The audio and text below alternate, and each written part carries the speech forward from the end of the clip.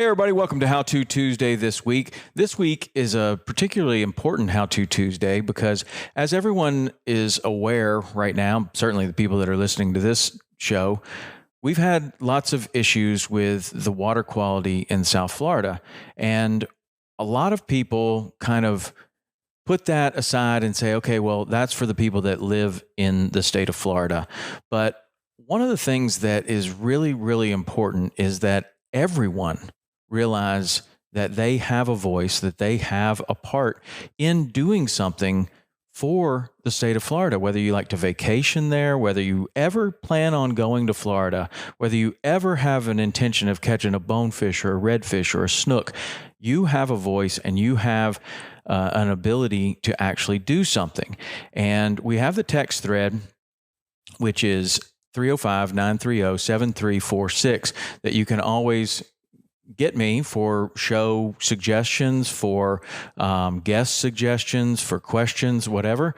And Michael Lawrence reached out to me to talk about a show suggestion. And one of his show suggestions, which I thought was great, and that's what we're doing right now, is how an angler, how a person that likes the state of Florida, that's interested in the state of Florida, but doesn't live in the state of Florida, how they can make an impact on the water. So I want to bring Michael into the show. Michael, welcome to the show, and thank you for this suggestion. It's really a fantastic idea. So why don't you give me a little background about how you kind of learned about the water issues in Florida and where you are and how you're making a difference? Well, thanks for having me on. I'm really honored to be here. It all started really with just me listening to podcasts about saltwater fishing, and I came across one of yours one day that was talking about Everglades restoration. And it intrigued me because I had just finished doing my first solo saltwater fishing expedition on the beach down in Alabama and caught lots of pompano and a 30-pound black drum. And I was hooked, man. So nice. The passion as an angler was there. And I'm listening to this podcast and I just thought, wow, I can't let this happen. I don't care if I live in Florida or not. The reality is I love Florida. It's a unique place in the Everglades, meaning if it's unique, it's got to be important to not just Florida, but the entire world, right? So I've got to do something. And I started educating myself. But I think that's the number one thing is I started soaking up podcasts on this, whether it was watching Guiding Flow on Waypoint, which, your show inspired me to watch too. Listening to just other podcasts that you just literally go on Spotify or wherever you get your podcasts and just type in, Captains for Clean Water and all kinds of episodes. So I started educating myself and learning about this. And I thought, okay, now that I've got the info, what's the first thing that I can do? Well, that's join Captains for Clean Water. And I think a lot of times, like you just said, people like myself are just regular guys working, a corporate job, like to fish whenever they can and hunt whenever they can. Well, I don't know what I can do. I don't live there. I can't go down there every other weekend. Well, the first thing you can do is just join the organization. Take $30 and join. Once I did that, I get a little bit of that swag back. And the stickers and all of that become sort of a rallying point for me.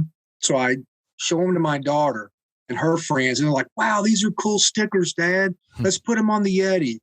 They stick them on the Yeti. And I said, you want to know what those stickers are about? Yeah. So we pull the pamphlets out and I start showing them what everything is about with Captains for Clean Water. And my daughter's best friend said, my dad loves to fish. He would love to hear about that. Light bulb goes off, right? This is true grassroots. Let's just start talking to people. I think the third thing is so you educate yourself, you join, you begin to organize your immediate group of friends, family members, or whatever. I'm in the business development business, so I'm constantly looking for ways to grow and expand our business that I'm in. Take that talent that God gave you and then turn it to something like this that you're passionate about and use the same skills that you do to build your business to help get the word out about Captains for Clean Water and Everglades Restoration. So I started talking to my buddies about it. Had a conversation this morning with one of them. As a matter of fact, we're all anglers. They get it. They want to join. The next thing that you have to do is continue to execute, I think, on that by getting bigger and better outside of the state of Florida. So don't stop with just telling people. Really rally around the folks that represent you in your state. So I'm from Kentucky. We've got two pretty powerful senators here, Senator Mitch McConnell and Senator Rand Paul. Don't just think that if you're from Wisconsin or North Dakota, maybe your congressman happens to be friends with somebody that represents Florida. You don't know. So get out there and just put your voice forward as if this was your backyard. That's kind of how I think about it, right? Yeah. And I think there's a connection with anglers and hunters and just outdoor people in general. And we all feel the need for this to happen and to get better. Because if you go hiking in the Appalachian Mountains and you see trash, you just know this is wrong, right? And when I hear about Captains for Clean Water, it just resonates me. This is wrong. It shouldn't be this way. And I want to go down there and fish. Like I said this morning, my wife's ready to book a trip to Hawks Cay now after watching your show. So we got to make sure this thing is working well so we can go down there and enjoy the fishing. So I think it all wraps up into those three things: education, information, organizing, and then executing are the three things that I kind of keep my mind wrapped around when doing this. Yeah. Well, kudos to you, because I mean, really the story and what we're trying to convey here is if you can do this from Kentucky, you can do it from anywhere, and anyone can do it. Whether you're a kid, whether you feel like you just want to go to Florida one time, maybe you've never even been there, but it is super important. And Florida is all of our backyards, as is Alaska, as is, Portland and all of these areas that you hear about, Montana with the water issues right now, all kinds of water issues. It unites all of us as anglers and hunters and people that like to be in the outdoors. And it is the backyard. I mean, it really is. It may be 1,000 miles away from you, but man, there'll be one day that you want to go there, and maybe it's been your dream to catch a tarpon or to catch a bonefish or to do something like that.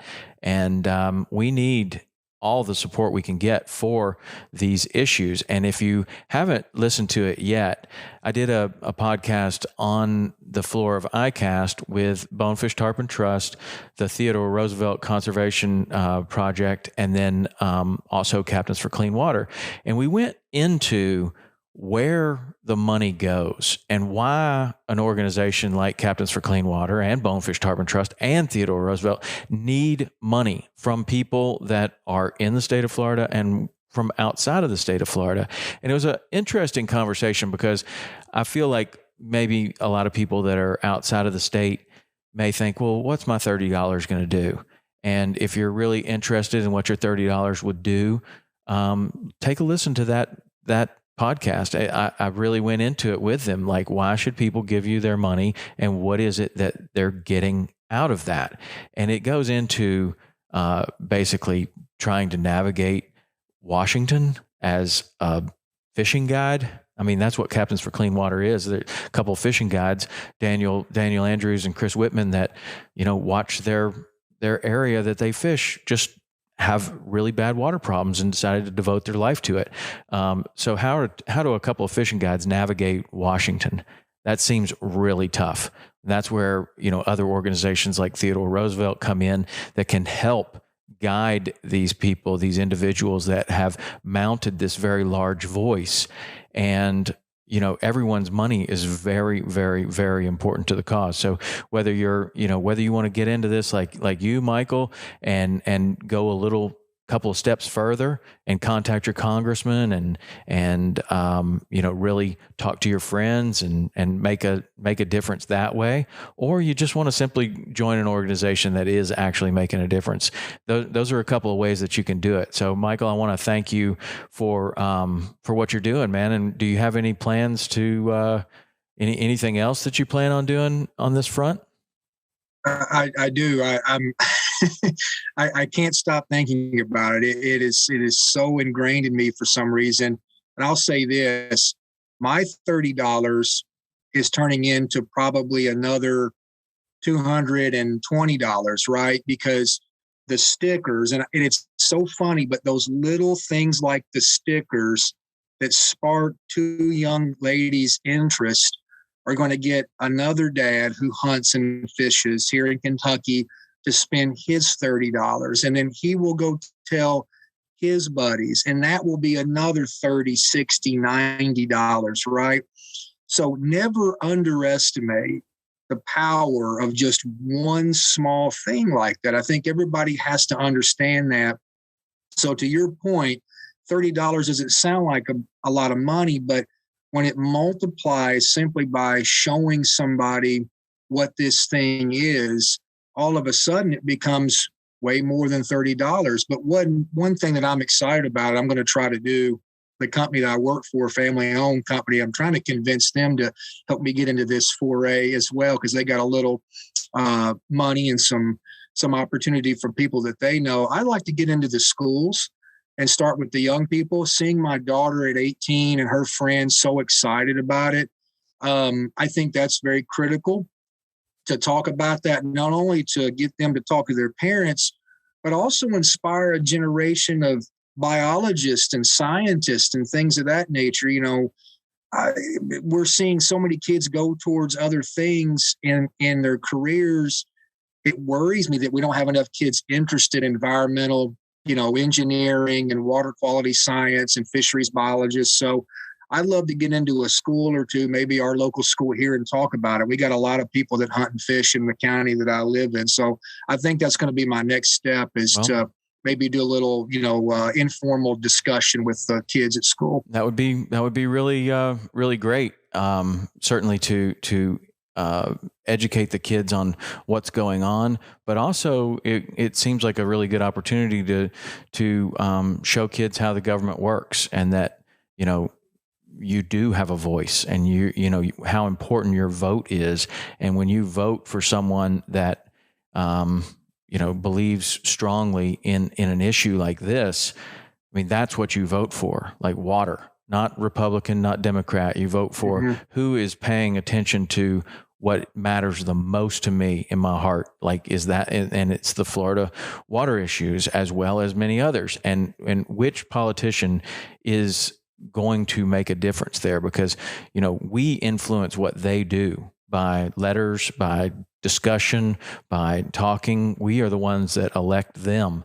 And if they are not representing what you want, you don't vote for them, and you vote for the one that does represent what you want. And that is ultimately how we make the biggest difference, is that, and lobbies, and really educating and talking to as many people as we can. And then there's taking personal responsibility as well. In the state of Florida, a lot of what we're seeing certainly is a much, much bigger thing than what you choose to put on your lawn or what goes down the drain. But everyone does have a personal responsibility, and fertilizer and different things that go down the drain, they're all important. And, while you're writing your congressman, you can also take a look around and see,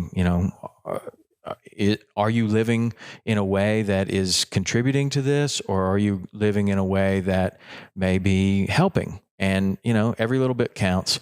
But I want to thank you for what you're doing. It means a lot to all the people in Florida to know that other people from other states are thinking and caring about the problem enough to do something about it. Because, man, Florida has probably, I know they have tourism from every single state, from every single country probably that's capable of traveling to Florida. There's a lot of people that go to Florida, and not all of them fish, not all of them hunt, not all of them bird watch, but a lot of them like to go to the beach. And if that beach is full of stinky fish, they're not going there. And that's another thing that is really, really important here, is that, when you hear about the water issues in Florida, if you are somebody that likes Florida, another way that you can help here is to support Florida and support the economy of Florida, and go down there and go fishing with your fishing guide and keep them in business and keep them running the charters, because if they go out of business, then who really cares about the water? Like, those are the people that care the most. Those are the people that are going to make the biggest difference. And yeah, you might have to fish a little different area than you normally do with those guys, but man, they're still catching fish. And despite the red tide and despite all of the things that are going on, they can find a place for you to fish. So I urge you to support the fishing guides, to support, the state. Don't make your plans to go somewhere else. Go. It's great. And you can experience that for yourself as well, of what this red tide is and what, or these water issues are right now. And maybe that even cements the cause a little further into your mind. But Michael, thank you very much for all you're doing. Thanks for your information. It's a cool story, man. So I urge you to keep going. And when you start your chapter, or you get in the schools, or you do whatever you're getting ready to do, I'd like to hear about it, and we'll have you on the show again. We'll keep you posted, man. Thanks so much for having me. I really appreciate it, dude. All right. Thanks, man. Thanks, keep going. Man. See you. Absolutely. Take care.